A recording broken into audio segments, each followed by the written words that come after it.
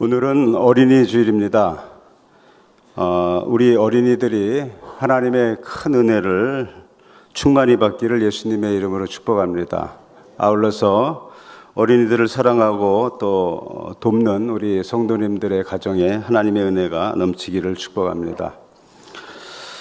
오늘 복된 날에 저는 우리 어린이들과 함께 우리 어른들도 그리스도 안에서 복 받는 사람이 됐으면 좋겠다라는 생각을 가지고 복 있는 사람, 복 있는 자녀라는 제목하에서 말씀을 전하겠습니다. 세상에는 복 받는 사람이 참 많은데 그 중에 한 사람을 소개하면서 말씀을 전합니다.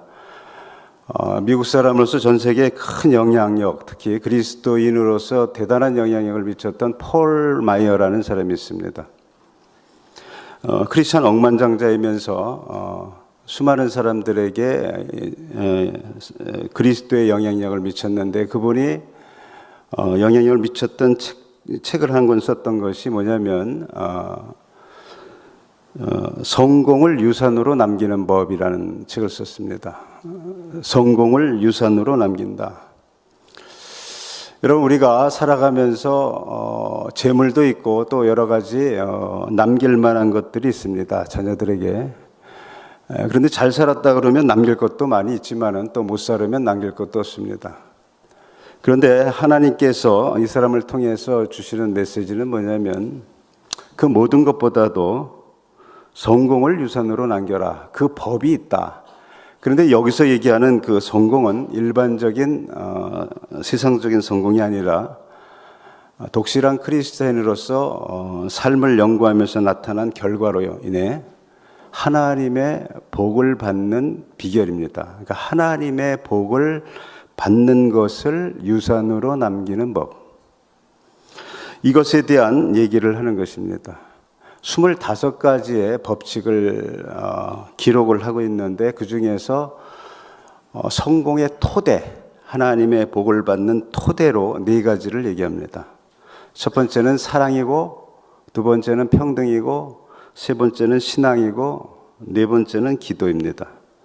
사랑은 어떤 것이냐면 모든 사람은 하나님의 사랑을 받는다는 것을 믿는 믿음 가운데 살아야지 자존감도 좋고 아주 건강하게 성공적으로 살 수 있다는 얘기고, 두 번째 평등은 모든 사람은 하나님 앞에서 똑같기 때문에 항상 낮은 자세에서 자기의 모습으로 사람을 바라보면서 배려하고 존중하는 모습으로 살아야 한다라는 그게 성공의 비결이다라고 얘기를 하고, 세 번째 신앙은 모든 인생은 절대주의, 창조주인 하나님의 말씀에 절대 순종해야 복을 받는다라는 얘기입니다. 그리고 마지막 기도는 하나님의 창조 질서의 모든 원리들을 아이디어로 얻을 수 있는 비결이다.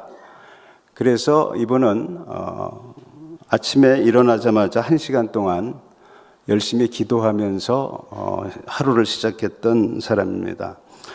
여러분, 성공이다라는 것을 여러 가지로 생각할 수 있지만 우리에게 가장 중요한 말은 하나님의 복을 받은 사람이 성공이다라고 얘기할 수 있다는 것입니다. 이런 사람들이 바로 바른 메시지를 전해주셨다라고 얘기를 할 수가 있습니다. 여러분, 우리가 성경을 볼 때에 성경은 주제가 뭐냐라고 말씀을 한다 그러면 구원이다라고 얘기를 할 수가 있는데, 영혼의 구원. 사실은 성경을 처음부터 끝까지 관통해서 보면 어떤 것이 주제냐 할 때 복이 주제입니다. 복. 하나님은 창조시 때부터 창세기 1장 28절에 사람을 지으시고 첫 번째 복을 주사 생육하고 번성하라. 여러분, 마지막 명령인 예수님의 마지막 명령도 영혼이 번성되는 복을 얘기하는 것입니다. 처음부터 끝까지 복에 대한 얘기인데, 하나님이 이 복을 구원이라는 측면에서 봤을 때 가장 중요한 것이 영혼의 구원이기 때문에 성경의 주제가 구원이다라고 얘기할 수 있는 것이지만, 사실은 전반적으로 하나님께서 영혼뿐만 아니라 이 땅 위에서 번성하게 되고 형통한 모든 부분들을 복으로 주셨다라는 것이 성경의 주제라는 것입니다. 그래서 유대인들은 시편을 매우 중요시하는데, 그래서 시편으로 찬양도 하면서 하나님을 높이는데, 시편 150편 중에서 1편은 시편의 주제일 뿐만 아니라 서론이면서 모든 주제가 하나님의 메시지가 함축되어 있는 성경입니다. 그래서 유대인들은 시편 1편을 대단히 중시하는 가운데 첫 번째 글이 복 있는 사람이다라는 것입니다. 그래서 시편 전체 주제는 복 있는 사람은 어떤 사람인가라는 것을 얘기하는 것이고, 결국 복 있는 사람은 하나님의 법을 따라서 형통하고 거기에 따라서 복을 받는데, 마지막에는 150편 할렐루야로 끝낼 수 있는 사람이 복받은 사람이다라는 것을 얘기하는 것입니다. 그래서 하나님의 복은 기본적으로 두 가지로 나타납니다. 성경에서 땅의 복이요 자손의 복입니다. 오늘 어린이날이죠. 하나님께서 자손의 복을 주는 부분을 굉장히 중시합니다. 땅의 복은 이 땅에서 필요한 부분들을 공급한다는 물질 중심의 생활복이고, 자손의 복은 생명을 중심으로 해서 이 땅 위에서 생명, 그 다음에 영원의 생명, 하나님 나라의 영원한 생명, 그리고 땅은 하나님 나라의 영원한 나라, 이 부분에 대한 복을 얘기합니다. 그래서 우리가 잘 아는 바와 같이 창세기 12장에 보면 아브라함을 부르셨을 때에 하나님이 말씀하신 부분이 바로 두 가지, 땅의 복이요 자손의 복을 얘기하는 것입니다. 이 부분을 둘 다 받아야 온전한 복을 받았다라고 말씀을 할 수가 있습니다. 그래서 복 있는 사람은 어떤 사람인가라는 것을 성경에서 우리가 좀 공부를 하면서 배워야 됩니다. 우리가 많은 경우에 왜 유대인과 우리 그리스도인이 많이 차이가 나냐면, 하나님의 법에 대한 구체적인 부분이 생활 속에서 적용이 안 되기 때문에 그렇다라는 것입니다. 1차적으로 우리가 복이라고 생각했을 때 하나님은 여기서 말씀하시는 부분이 있는데, 세상적인 관점에서 한번 생각을 해보시죠. 중국인들은 그 복을 굉장히 좋아합니다. 특별히 중국인들은 빨간색을 좋아합니다. 빨간색이 복의 색이다라고 생각을 하는 것입니다. 그래서 문에다가 빨간색을 배경으로 해가지고 큰 대문짝만하게 복이라는 글자를 집집마다 다 써놨습니다. 그리고 어떤 동네는 전체 지붕이 다 빨간색입니다. 여러분, 빨간색을 지붕으로 하면 굉장히 촌스럽습니다. 그럼에도 불구하고 복을 받기 위해서 물불을 안 가린다라는 것입니다. 그런다고 복이 들어오느냐? 절대 들어오지 않습니다. 만약에 그런다 그러면 누구나 다 빨간색을 해야 될 것이죠. 놀랍게도 이 빨간색이라는 건 어디서 유래됐냐면 유대인에서 유래됐다는 겁니다. 송나라 때 유대인 무리가 중국에 들어와 가지고 외부에서 들어오면 굉장히 못 살 텐데 얼마 있다가 잘 살더라는 겁니다. 왜 잘 살까? 외부에서 오면 못 살 텐데, 힘들고 어려울 텐데, 근데 조금 있으니까 잘 살더라 이거죠. 저 사람들에게 무슨 복이 임했었을까? 가만히 보니까 어느 날 양의 피를 뻘겋게 막 대문에 막 칠하더라는 거죠. 6월절이죠. 막 칠하고 거기다 막 글씨도 써놓고, 유대인은 그 글씨 있지 않습니까? 이렇게 문에다가 매주사 같은 거 달아놓고, 그걸 보면서 아하, 저 사람들이 복을 받은 비결은 바로 저거다. 그래가지고 중국 사람들이 빨간색에다가 글자를 막 써놓은 부분이 문화가 돼가지고 이제까지 내려온다고 제가 중국에서 들었습니다. 여러분, 근데 분명한 것이 있습니다. 그런다고 해서 복을 주는 것은 아니지만 유대인들이 6월절 때에 그렇게 함으로 인해서 생명의 복을 얻었습니다. 생명의 복을 얻었습니다. 그렇다면 무슨 얘기냐? 지금 그렇다고 그러면 생명의 복을 얻느냐? 아닙니다. 왜 그러냐면 그때는 하나님의 분명한 약속이 있었습니다. 분명한 약속을 따라서 하니까 복이 오더라라는 것이죠.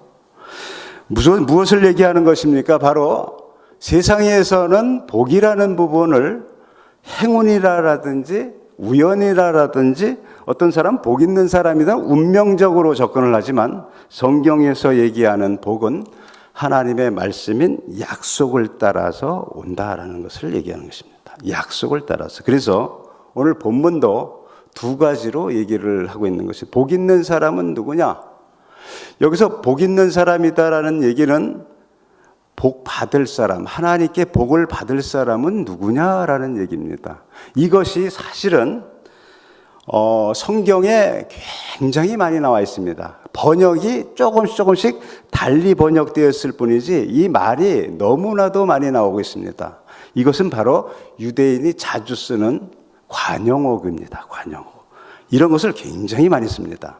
그래서 예수님께서도 산상보훈에서 메시아로서 설교를 하실 때, 산상보훈이죠. 거기 때도 유대인 대상으로 하다 보니까 이 사람들이 무엇을 생각하는지 잘 알기 때문에 첫 번째는 무조건 복에 대한 선포입니다. 그래서 팔복을 먼저 선포를 한 겁니다.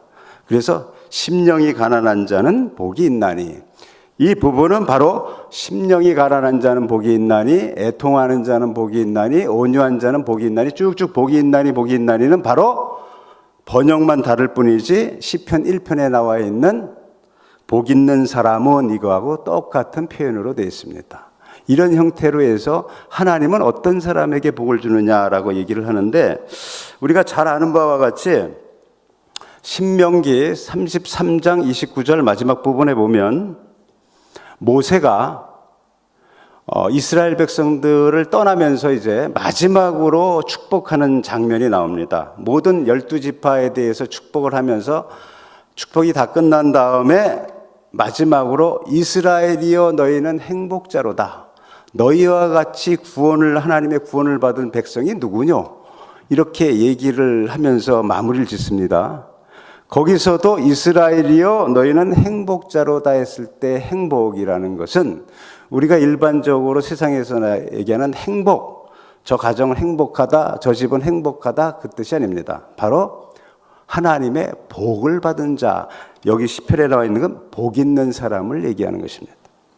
이런 형태로 해서 계속 하나님은 복 있는 사람이 어떤 사람이냐라는 것을 얘기를 하면서 우리에게 굉장히 귀한 얘기를 하고 있는데, 여기서 바로 2절서부터 나오는 것이 1절 서부터 나오는 것이 두 가지, 하나님의 약속에 따라서 복이 나타나는데 그 약속은 하나님의 율법에 근거한다라는 얘기죠. 그래서 두 가지가 나오는 것입니다. 첫 번째는 하지 말라는 것, 하지 말라는 부분이 세 가지가 나옵니다. 그리고 2절에 보면 하라는 부분이 나오죠. 그래서 여기서 나오는 하지 말라는 첫 번째, 악인의 꾀를 따르지 말라. 두 번째, 죄인의 길에 서지 말라. 세 번째, 오만한 자의 자리에 앉지 말라. 그러면 복을 받는다. 그러면 어떤 복을 받는가? 여러분, 여기서 하지 말라는 것이 세 가지로 요약이 됐지만 사실은 전체적인 하나님의 말씀 속에서는 하지 말라는 부분이 대단히 많습니다. 유대인들은 그것을 365개로 나눠놨습니다. 1년 365일 동안 하나님이 하지 말라는 부분들을 절대적으로 금지하면서 생활하자. 그러면 어떤 복을 받는가? 이걸 연구하면서 적용을 하는 것이죠. 어떤 복을 받냐면 재난이 예방되는 복을 받는다라는 것입니다.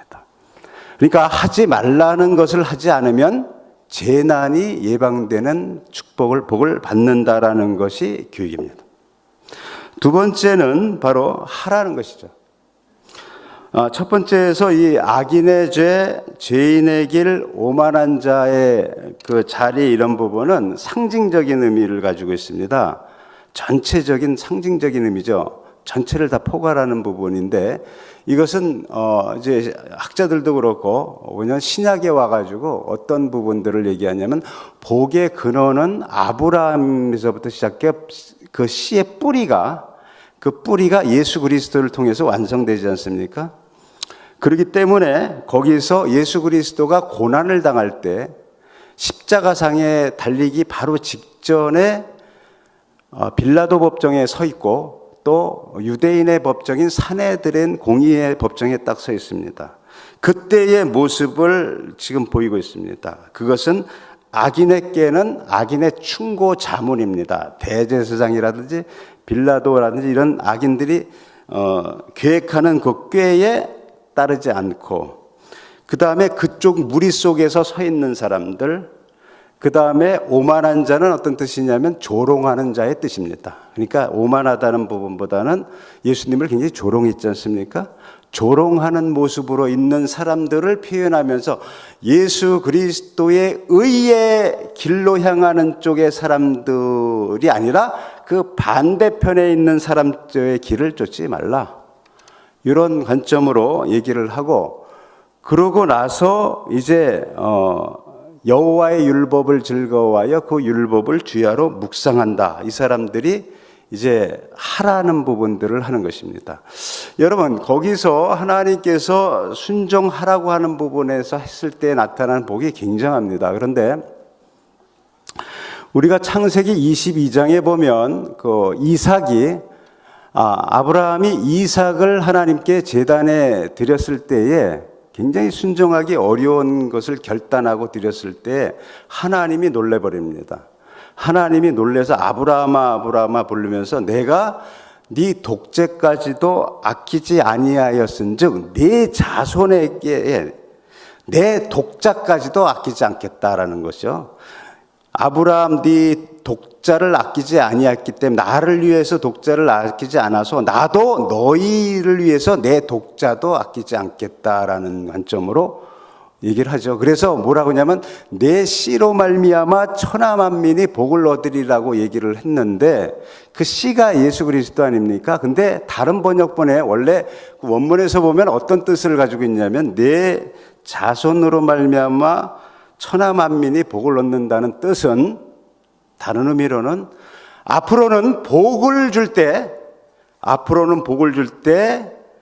그 자손의 이름을 사용할 수 있도록 하겠다.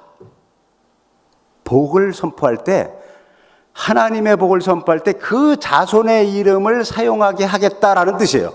그러니까 지금 우리는 예수 그리스도의 이름으로 복을 선포하는 것입니다. 그리고 복이 나가는 것입니다. 그래서 순종할 때 주는 하나님의 복이 말씀을 순종할 때 나타나는데, 두 번째 하라고 하는 부분, 오직 여호와의 율법을 즐거워하여 그 율법을 주야로 묵상하는 부분, 하라 하는 부분을 유대인은 이거 간단하지만 248가지를 만들어 놔가지고 248개를 합니다. 248개는 우리가 잘 아는 바와 같이 우리 몸의 관절의 개수입니다. 우리 몸의 관절이 서로 유기적으로 잘 건강하면 몸 전체가 건강한 것처럼 하나님의 말씀, 율법을 하나하나 잘 하라는 것을 하면 너의 삶이 대단히 형통할 것이다 라는 얘기를 하는 것이죠. 그렇기 때문에 하라는 것을 하면 막힌 담이 흘린다든지 침체된 것이 번성된다는 것을 복으로 주는 것입니다. 정리하면 하지 말라는 것을 하지 않으면 재난이 예방되고 하라는 것을 하면 번성된다라는 얘기를 하는 것이다. 그래서 하나님의 복이라는 말이 나왔다면 그 다음에 연결되는 단어는 무조건 번성입니다. 그렇기 때문에 자손도 번성하고 땅도 번성하는 부분을 말씀을 하는 것이죠.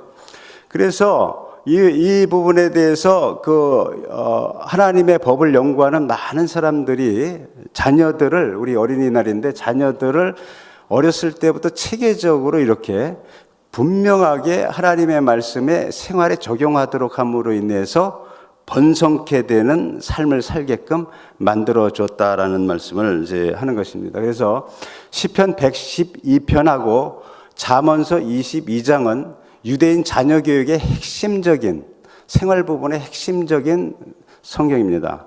강조를 하면서 그 부분은 생활을 다 지배하는 부분에 대한 영역이기 때문에 그렇습니다. 그래서 어려서부터 말씀을 가르치면 떠나지 않는다라는 부분서부터 해가지고 가르치는데, 이때 나오는 말씀이 뭐라고 얘기냐면 첫 번째 이렇게 됩니다. 여호와의 계명을 크게 기뻐하는 자가 복이 있다. 여러분, 여호와의 계명을 크게 기뻐하는 자가 복이 있다라는 성경 구절이 대단히 많습니다. 그런데 우리는 지금 신앙생활을 하면서 어떤 것을 하냐면 복을 그렇게 받기를 원하면서도 하나님께서 복을 주신다고 하는 성경 구절에 대해서는 별로 관심이 없습니다.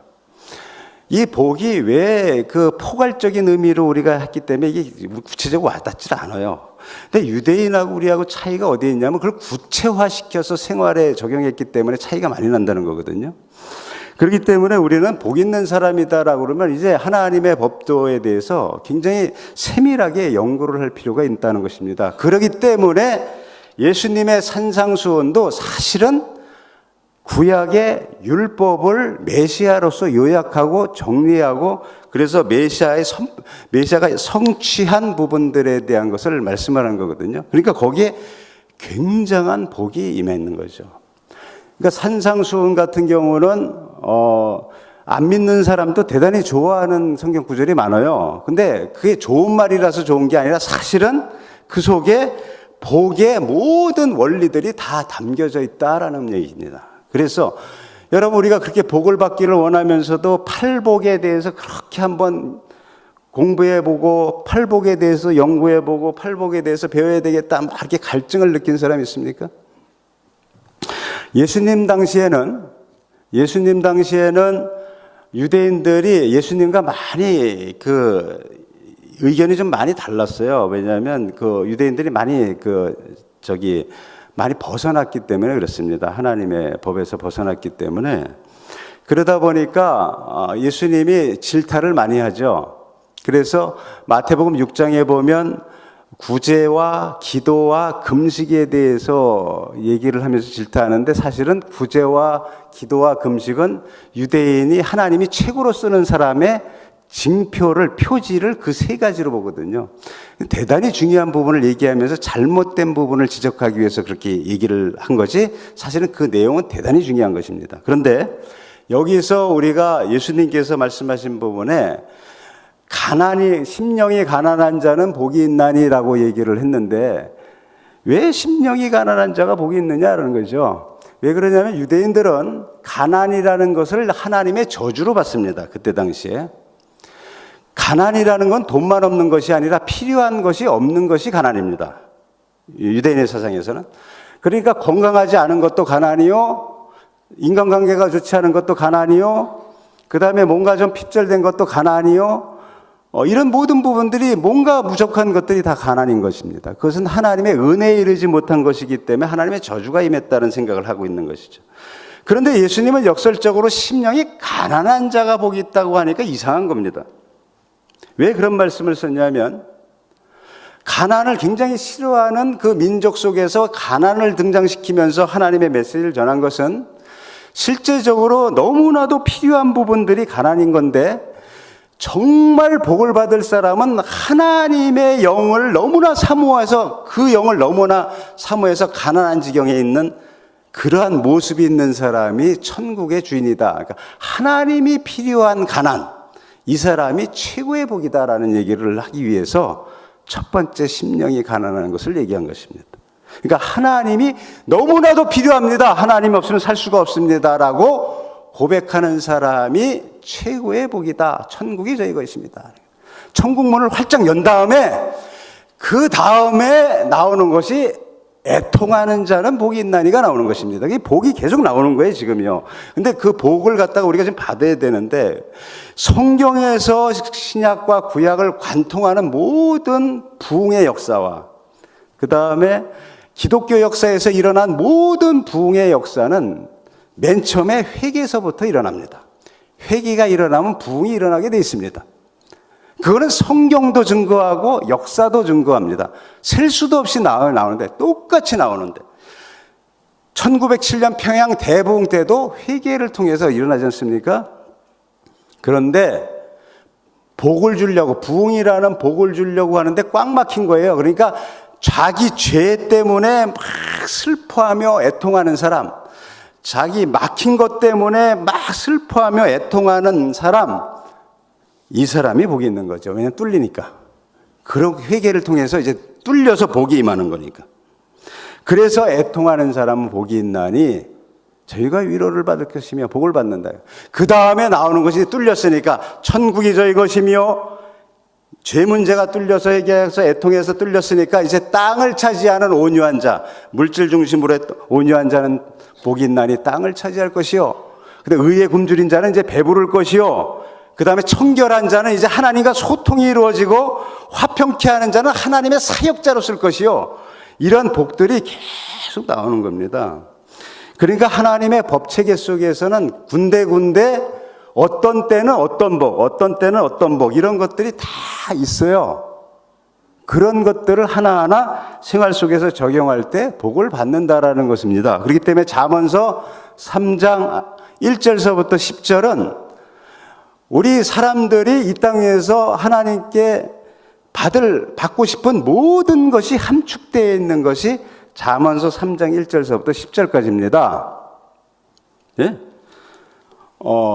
그거 나중에 한번 집에서 잘 보시고, 그런데 그 첫 절이 뭡니까? 그 첫째, 내 아들아, 나의 계명을 잊어버리지 말고 내 마음으로 그것을 지켜라.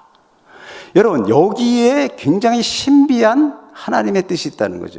왜 그러는지는 모르는데 그거에 따라서 하지 말라는 것을 하지 않으니까 재난이 예방이 되고, 하라는 것을 하니까 번성이 되는 일들이 이루어지는 이런 놀라운 것들이 있다라는 것이죠. 그래서 여러분, 우리가 이렇게 봤을 때 우리가 잘 아는 역대상 4장 10절에 야베스의 기도가 나옵니다. 야베스의 기도. 야베스의 기도가 나오는데 우리 야베스의 기도를 많이 알 것입니다. 역대상은 족보서부터 쭉 나오는데 그 족보는 우주적인 하나님이 유대 민족을 처음부터 끝까지 인도한다라는 것을 강조하기 위해서 역대상이 아담서부터 나옵니다. 그리고 포로에서 돌아와서 회복돼서 영원한 하나님이 통치하신다라는 걸 강조하기 위해서 아담 족보서부터 나오는데, 그때 나오다가 사람 쭉쭉 나오다가 야베스에 들어서는 야베스가 이스라엘 하나님께 아뢰어 가로되 원컨대 주께서 내게 복의 복을 더하사, 이렇게 복을 주십시오. 복을 주십시오. 첫 번째 어떤 복을 주냐? 나의 지경을 넓히시고. 여러분, 첫 번째 복은 바로 번성에 대한 것이에요. 땅의 지경을 넓히니까 번성에 대한 얘기입니다. 복이 뭐라고요? 첫 번째, 번성에 대한 부분에 대한 얘기를 하는 것입니다. 두 번째, 주의 손으로 나를 도우사 나로 환난을 벗어나 근심이 없게 하옵소서. 어떻게 되냐면 재난을 방지하게 하옵소서. 이 부분이 아주 기가 막히게 지금 연결이 되어 있습니다. 그래서 하나님의 법을, 성공을 유산으로 남기자라는 그 폴 마이어의 얘기가 결국은 하나님의 복을 받는 비결을 유산으로 남기자라는 건데, 그것은 성경에서는 이게 하나님의 법도에 대한 얘기거든요. 그래서 이것을 따라서 모세가 자기가 여호수아에게, 자기 후계자 여호수아에게 유언으로 남긴 말씀이 여호와의 법도고, 똑같은 말을 누가 하냐면 여호수아가 다음 백성들에게 똑같이 유언으로 남기고, 그 똑같은 말씀을 다윗 왕이 솔로몬에게 그대로 전합니다. 그 말씀이 똑같습니다. 좌로나 우로나 치우치지 말고 하나님이 복을 주고자 하는 율례와 법도를 잘 연구해서 지켜라. 여러분, 근데 우리가 어떤 데 문제가 있냐면, 하라 하지 말라 그러면 너무 율법적이다라고 생각을 하는데, 율법적이든 아니든 이미도 우리 삶 속에서는 그것이 적용되고 있다는 것입니다. 내 인생의 문제가 왜 안 풀리느냐? 이미 그것이 내 삶 속에서 적용되고 있기 때문에 안 풀리는 것입니다. 자기도 모르게 잘 풀린다. 왜 잘 풀리냐? 그것도 자기도 모르는 사이에 적용되고 있기 때문에 풀리는 것입니다. 그런데 이것 때문에 유대인들은 아주 굉장히 철저하게 교육을 하면서 하는데, 우리는 지금 어떤 문제가 있냐면, 하라는 거하고 하지 말라는 거에 중간을 하고 있어요. 중간은 보이지가 않아요. 성경에도 없습니다. 중간을 하고 있는 게 뭐냐면, 하라는 것도 안 하고 하지 말라는 것도 안 하고, 또 하라는 것은 안 하고 또 하지 말라는 것도 하고, 그러니까 재난도 당하고 번성도 되고 막 뒤죽박죽으로 하는 부분들이 있어서 혼동된 상황에서 살고 있다는 것이죠. 우리도 모르는 사이에 이런 부분들이 있어요. 굉장히 많습니다. 제가 참 간증이 많은데, 목요일 날도 어떤 우리 다른 교회 집사님이 저한테 그런 문자를 보냈어요. 목사님, 내가 좀 돈이 여윳돈이 생긴 게 있는데, 정말 힘든 목사님들 누구 없어요? 정말 어려운 교회 없어요? 그 교회에 좀 제가 이걸 후원하고 싶습니다. 그게 문자가 왔어요. 그래서 3명 있습니다. 지금 당장 3명. 그러니까 당장 보냈어요. 그래서 제가 뭐라고 그랬냐면, 억눌린 자를 자유케 하는 자는 하나님이 그 사람의 억눌림을 자유케 한다. 이사야서 58장의 얘기입니다. 급속히 기도를 응답해 준다. 그래서 복 있는 사람, 긍휼히 여기는 자는 긍휼히 여김을 받는다. 여러분, 놀라운 이 굉장히 신비한 세계의 문제 해결의 비결입니다. 정말 긍휼히 여길 수 있으면 하나님의 긍휼히 여김을 받는 거죠. 우리가 기도할 때 맨날 하는 게 뭡니까? 하나님 나를 긍휼히 여겨 주옵소서 아닙니까? 그럼 먼저 긍휼히 여기라고요. 그러면 하나님이 긍휼히 여기죠. 그래서 제가 3명에게 그걸 갖다가 억눌림을 풀어주려고 다 송금을 했습니다. 그 다음 날, 어제구나. 이틀 후에 그 집사님한테 문자가 왔어요. 제가 보여줄 수도 있어요. 카톡으로 왔습니다.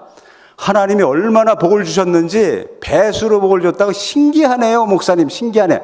신기한 게 아닙니다. 긍휼히 여기는 자는 긍휼히 여김을 복을 받는데, 하나님의 나라의 복은 항상 배수로 옵니다. 여러분, 이것이 복 받는 사람들의 비결인 것이죠. 이것이 복 있는 사람이라는 것입니다. 하나님의 법을 따라서 가는. 그래서 이것을 유산으로 남기는데, 이 법들을 자꾸 배워서 유산으로 남겨야 되겠죠. 하나님께서 복의 통로가 되는 부분에 대해서 이제 우리를 사용하시기를 원하는데, 하나님은 애초부터 복을 받을 뿐만 아니라 복의 통로가 되기를 원하는 것이 많이 있습니다. 그래서 하나님은 누가복음 12장에도 청지기 사상에 나오는데, 청지기는 복의 통로가 되는 사람이었습니다. 통로가. 그래서 복을 받은 다음에 계속 복을 주라고 했기 때문에, 아브라함에게도 너는 복이다라고 얘기를 하고, 내가 복을 주는 자에게 복을 받고 내가 저주하는 자에게 저주를 받는다라고 얘기하면서 복의 권세에 대해서 얘기를 합니다. 그런데 우리가 복의 통로가 되는데, 그 복의 통로가 되는 비결이 이제 하나의 말씀이라고 그러는데, 예수님께서 말씀하신 아주 중요한 사실이 하나가 있어요. 뭐냐면 누가복음 11장 27절에서부터 28절에 나오는 것입니다. 여러분, 이걸 아주 중시하고 굉장히 중요시하게 봐야 된다는 것입니다. 간단하게 성경에 지나가지 마시고, 예수님께서 산상수훈에 설교를 하시고 내려오면서 대단한 설교를 하고 사람들이 너무나도 놀랐으니까, 어느 여자가 유대인이 그 습관이에요. 그런 게 습관인데, 복이 또다 이런 게 습관이에요. 그 사람이 그런 말을 잘해요, 유대인들은. 그런데 이 말씀을 하실 때 무리 중에 한 여자가 음성을 높여 이르되, 당신을 뵌 태와 당신을 먹인 젖이 복이 있나이다, 이렇게 얘기를 합니다. 그러니까 얼마나 훌륭하신 분이니까 저분의 어머니는 정말 복이 있다, 이렇게 얘기를 하는 것이죠. 우리 그러지 않습니까? 어떤 애 잘 낳았으면 그 엄마 부모들 참 복이 있다라고 하지 않습니까? 이런 측면인데, 예수님이 지금 뭐라고 말씀하시냐면, 예수께서 이르시되 그게 아니라 오히려 하나님의 말씀을 듣고 지키는 자가 복이 있다. 이걸 간단히 보지 마십시오. 이 하나님의 말씀을 듣고 지키는 것이 어떤 것인지에 대해서 세부적으로 성경을 공부하면서 이걸 구체적으로 적용할 때 실제적인 복이 임하는 겁니다. 기복은 원래 기독교 교리예요. 기복. 하나님께 복을 구하는 건 나쁜 게 아닙니다. 기복주의가 나쁘죠. 복만 구하고 자기만을 위한 게 나쁜 거죠. 복이 없으면 살 수가 없습니다, 우리는. 그래서 복을 자꾸 구해야 되는 겁니다. 근데 하나님 나라를 위해서 자기 복도 받고 복을 흘러내리는 일들을 자꾸 해야지 복이 더 커지는 것이죠. 그것이 바로 팔복에 대한 얘기를 하는 것입니다. 그러니까 이 부분은 너무나도 중요한 것이죠. 그래서 민수기 6장에서 아론의 축복을 할 때도 축복을 하라고 얘기하지 않습니까? 근데 여기서 많은 사람들은 이런 얘기예요. 그 아론의 대제사장 축복권을 주면서 축복을 하라고 그럴 때 뭐라고 여기서 얘기하냐면 여호와께서 모세에게 말씀하실 때 이렇게 하면서 여호와는 내게 복을 주시고 너를 지키시기를 원하며 여호와는 그의 얼굴을 내게 비추사 은혜 베푸시기를 원하며 여호와는 그 얼굴을 내게로 향하여 드사 평강 주시기를 원하노라. 그러면서 이제 축복을 하라고 하는데 많은 성도님들은 이걸 어떻게 생각을 하고 있냐면 여호와는 복을 주시기를 원한다. 여호와는 은혜 베푸시기를 원한다. 여호와는 평강 주시기를 원한다라고 알고 있는 거죠.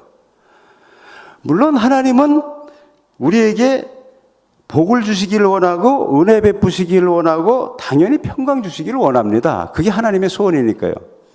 그런데 이 말의 뜻은 그게 아닙니다. 이건 대제사장한테 대제사장이 그러라는 거예요. 대제사장 보고 여호와께서 너에게 복을 주시기를 원하면 내가 원한다는 겁니다. 대제사장이 원하는 거예요.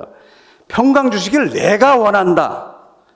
은혜 주시기를 내가 원한다. 그러면 하나님이 그에게 복을 주리라. 그 얘기는 무슨 말씀입니까? 바로 우리에게 예수 그리스도의 이름으로 복을 선포할 수 있는 권세를 주셨다라는 얘기를 하는 것입니다.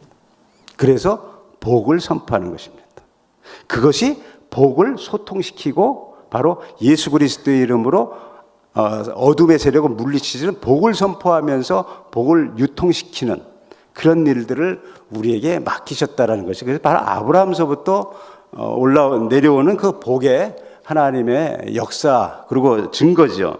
그렇기 때문에 유대인들은 이것을 아주 철저히 지키죠. 에렙 샤바트라는 말이 있습니다. 에렙 샤바트라는 그 유대의 그 풍습이 있는데 고대 오래 전통 속에서 나오는 그건 뭐냐면 유대인들은 안식일이 금요일 저녁이 되면 금요일 저녁부터 안식일이 시작됩니다. 안식일이 되면 이제 촛불을 켜놓고 예배를 드리면서 반드시 자기 자녀들에게 아버지가 그 복을 선포합니다. 복을 선포해요. 왜냐하면 여러분 우리가 하나님께서 저기를 졌을 때 안식일을 제정하시고 첫 번째 복을 주사 거룩하게 하시고 그러니까 안식일 날 하나님이 복을 주신다는 메시지가 분명히 있다. 틀림없이 복을 주신다. 그래서 우리에게 복을 선포하라고 그랬다. 그래서 안식일이 시작되면 자녀들에게 복을 선포하는 것입니다. 여러분 그래서 우리가 그런 권세가 있어요. 이제 아론의 축복 권세권이 우리에 있는 것처럼 예수님께서도 말씀하시되 평강을 선포하라고 했을 때 선포권이 있는 것처럼 우리 자녀들에게 그러한 것을 선포할 수 있는 선포권이 있어요. 그래서 랍비의 어떤 랍비는 뭐라고 얘기하냐면 아버지의 축복은 가정을 든든히 세우고 어머니의 축복은 필요한 것들을 채운다. 가정에. 그런 교육을 합니다. 이러한 하나님의 특별한 은혜가 있어요. 그 말씀에 의해서 하라고 하는 것에 대해서 이것도 축복하라고 그랬지 않습니까? 하라고 하는 것에 대해서 하나님이 주시는 놀라운 복이 있다라는 얘기를 합니다. 그런데 이제 오늘 말씀을 좀 정리하면서요. 우리가 어린이주일을 맞이해서 어린이가 초등학생들만 어린이라고 보지 않습니까? 그런데 우리는 8살에 들어가면 13살이 6학년이더라고요. 그러니까 7살에 들어가면 12살인데 근데 그러면 애들이 아직도 애들이지 않습니까? 근데 유대인은 13살, 12살 때 성인식을 합니다. 그럼 성인이 되는 거예요. 성인이 됩니다.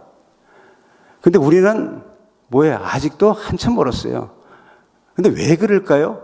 어렸을 때부터 하나님의 법도 하나님의 율례와 법도를 철두철미하게 훈련이 됐기 때문에 이제 계명을 혼자 이제 지킬 수 있는 성인이 된다는 거죠. 그래서 바르 미츠바라고 유대인 성인식 때는 이렇게 할아버지가 딱 있으면 모세오경을 아버지한테 딱 주고 아버지가 딱 받아서 뒤로 돌아서 그 성인식 하나 애한테 딱 주면서 이제 계명을 하나님의 복의 근거인 계명을 어떻게 한다고요? 유산으로 넘기는 겁니다.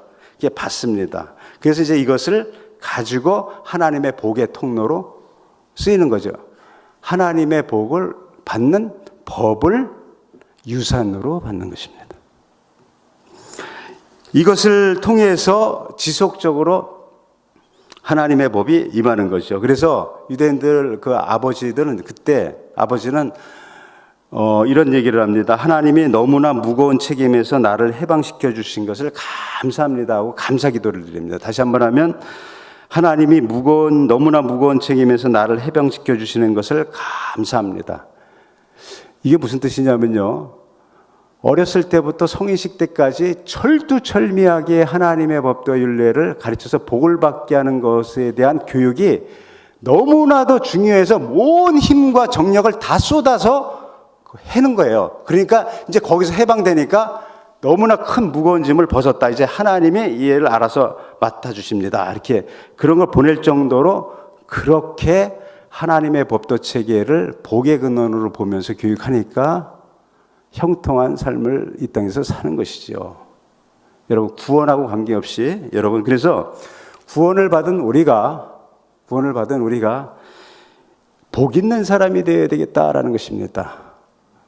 구원의 복은 이미 받았거니와 이제 이 땅에서 시절을 따라 과실을 맺는 놀라운 하나님의 복을 우리가 받아야 하는데, 이것을 위해서는 하나님이 말씀하신 율례와 법도 쪽에서 하라 하지 말라는 부분들을 우리가 율법적으로 보지 말고 우리 삶 속에서 세부적으로 이걸 정리해 가지고 한다 그러면 우리도 복 있는 사람이 되고 우리 자녀들도 복 있는 자녀가 되고 우리도 복 받은 사람이 되고 우리 그 복이 나중에 물질이라든지 다른 것을 유산으로 물려주지 않고 하나님의 복을 받는 비결을 유산으로 물려주는 그런 놀라운 은혜가 있을 것이다 라는 말씀입니다. 어린이 주일날 어린이를 축복하면서 우리 어린들이 먼저 하나님의 복을 받고 우리 아이들에게 복을 유산으로 남겨서 지속적으로 하나님의 나라가 확장되는 은혜가 우리 수원 3.1 공동체에 함께 있기를 주 예수 그리스도의 이름으로 축복합니다.